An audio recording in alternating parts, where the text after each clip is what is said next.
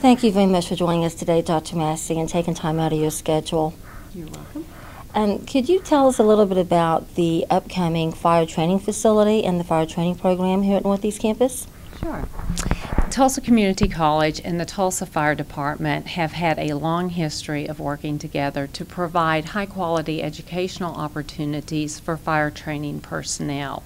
There's a greater need today, more than ever in the past, for a well-trained emergency response force.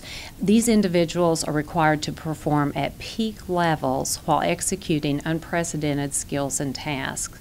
So when the fire department started looking at their existing training facility and decided that they wanted to update those facilities, they looked to TCC to expand our existing partnership because they could see the benefit for all of us, including the entire community.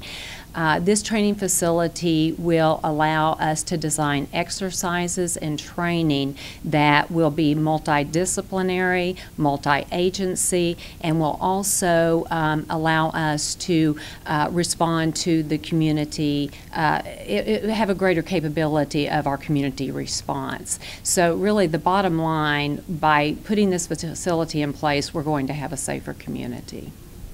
That sounds wonderful, and according to the media that you see, a very necessary step to train future firefighters. Joining me now is Scott Clark, Deputy Fire Chief for the Tulsa Fire Department. Thank you so much for joining us today, Scott. Sure. Could you kind of share with us a little bit of the benefits of teaming up with Tulsa Community College and providing this program for future firefighters? I think it's a great opportunity for both Tulsa Community College and the Tulsa Fire Department, because we have had crossover programs separately for many years. By bringing the training center to the facility that also has classes that are both desired by the Tulsa Fire Department for our applicants, but also for the people performing the classes, the students, by having the facility all together, it's a win-win for everybody.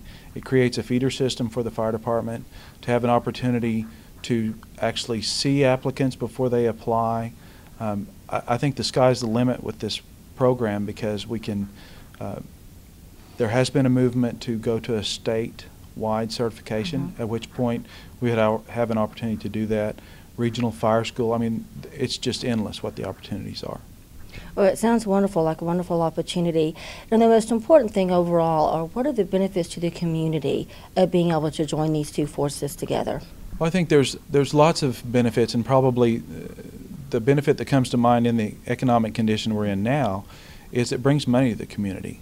It supports the local tax base, which supports the fire department and Tulsa Community College.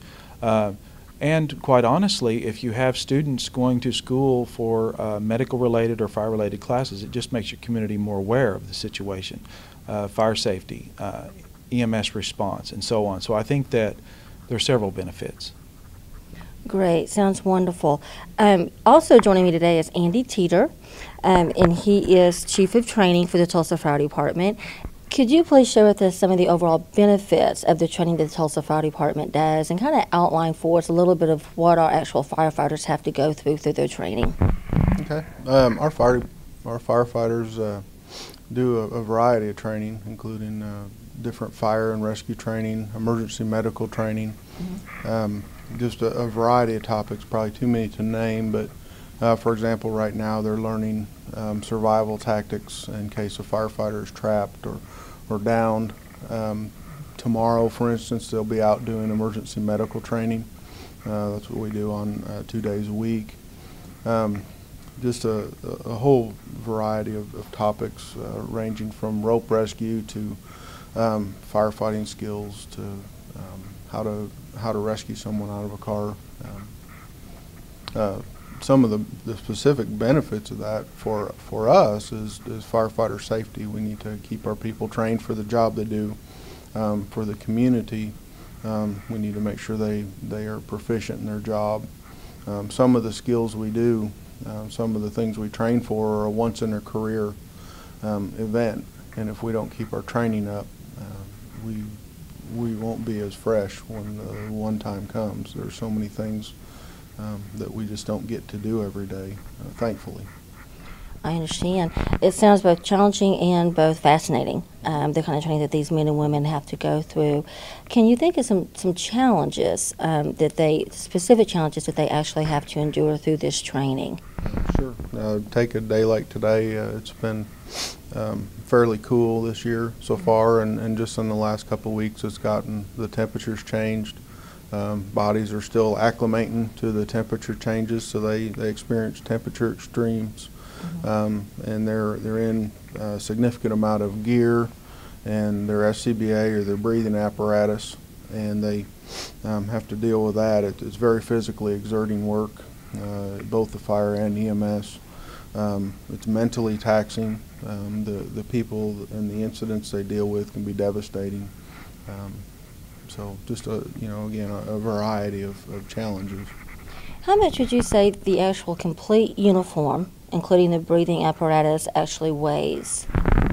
I believe our breathing apparatus weigh between 20 and 25 pounds, and then about that same amount for their bunker gear. So depending on the person, you're looking at 50 to 50 plus pounds of equipment they wear. Wow, so they have to be very physically strong and as well as very mentally strong in order to do this job. Absolutely. Terrific.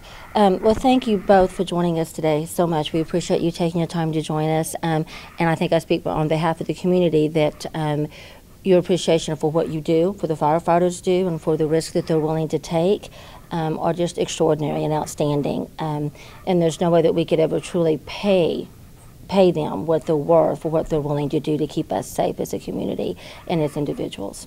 So thank you both very much for joining us today.